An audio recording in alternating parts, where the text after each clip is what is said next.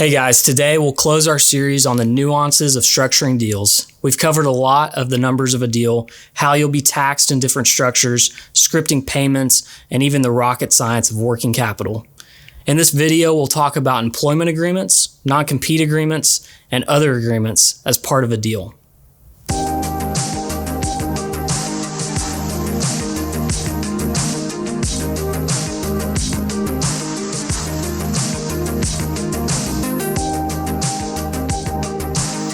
Most deals of any size require some kind of employment or consulting agreement with the sellers and key employees. Remember, we've already negotiated this as part of the offer because we like the details to be very specific.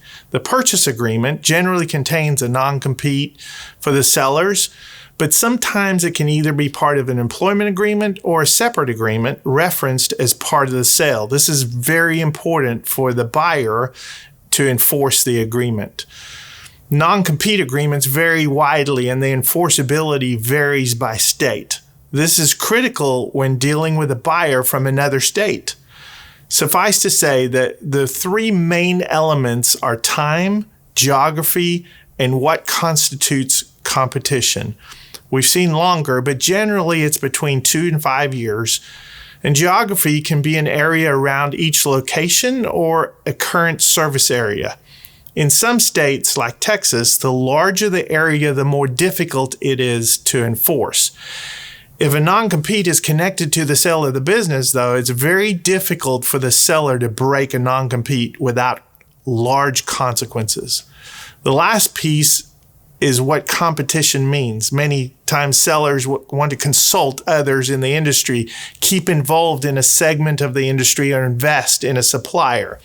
We've found through the years of experience that often the best way to deal with this is to agree on the front side of what is allowed rather than just this blank statement of what you can't do. In other words, define what you can do rather than starting with what you can't do. This tends to be cleaner and outlines expectations from the beginning and avoids legal fees later.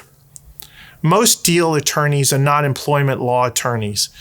Your key employees may need to consult an employment lawyer, and it's typical for a seller to pay for that. The trick is to make sure the employment lawyer doesn't hold the deal hostage, though. He or she needs to understand the need to indicate to your employee what the agreement says, not renegotiate the deal. These are separate agreements, and we would recommend that these agreements are written in such a way as to avoid having the entire purchase agreement reviewed by every employee. As we've said many times, the shorter the stay of the seller in the business when contemplating retirement, the better. Most of the time, we script a short transition and advise the buyer to pay the cell phone bill of the seller and request phone contact when needed. Asking for a long employment contract is a bad idea. Sellers don't like not being in control, and employees don't know who to defer to.